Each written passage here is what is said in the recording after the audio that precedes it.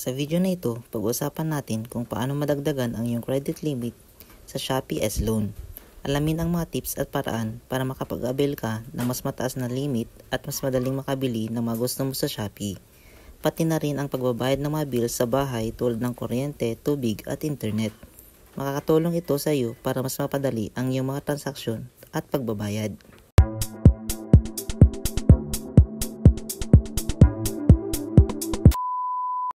Buksan lamang po natin ang ating mga Shopee account. Kung hindi pa po ito updated, mas maganda po na i-update muna po ito sa Play Store or App Store. At pindutin lamang po ang Me, makikita po sa pinakababa at makikita na po dito ang S-Loan. Makikita po natin dito ang Increase Credit Limit. Pindutin lamang po natin ito. Pwede po tayong makakuha up to 20,000 na temporary limit.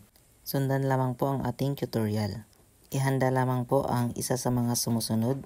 Submit any one type of the following documents. Pwede po kayong magpasa ng payslip. Tiyakin lamang po natin na ang payslip ay valid within 3 months. Ang susunod naman po ay ang Certificate of Employment. Dapat ay 20 MB lamang po ang size. Susunod naman po ay ang BIR Form 2316W2. Ang panghuli ay ang BIR Form 1700. Kapag naka-upload na po kayo ng isa doon, pindutin lamang po ang check at submit. At antayin lamang po ang approval na galing sa C-Money. Once approved na po ang additional credit limit ay mas ma-enjoy nyo na po ang mag-shopping. Don't forget to click the subscribe button and bell all para lagi po kayong updated sa lahat ng aking mga vlog. Thank you so much.